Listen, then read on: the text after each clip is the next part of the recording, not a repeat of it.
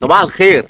خبر بالنسبة للناس اللي معاها الإقامة الصفراء بتاعت اللجوء، اللي قاعدين وبيتصلوا بيا كل شوية عشان ياخدوا سلفة. أخيرا امبارح جت الموافقة لحد 10,000 يورو فقط.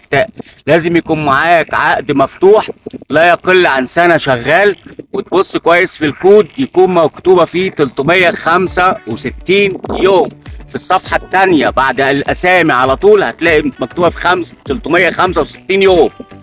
الحاجة التانية لازم يكون معاك البطاقة، معاك التسرة سانيتاريا، معاك الكوتش فيسكالي، ويكونوا بلاستيك. لو ورق ممنوع، مش هينفع. تمام. واخر 3 بوسطة باجة، يناير فبراير مارس، لحد كده تمام. اما اي حد تاني معاه الاقامة، معاه الجنسية، معاه الاقامة المفتوحة، من حقه ياخد لحد 30,000 يورو. تمام. جهزوا الورق بتاعكم، تحت امركم. معايا بتكسب، معايا بتربح. شكرا، وارجو المتابعه ولايك. لو عملت متابعه ولقيتك عامل متابعه ودوست على علامه الزائد اللي في الصفحه الاولى اللي فيها الصوره فوق،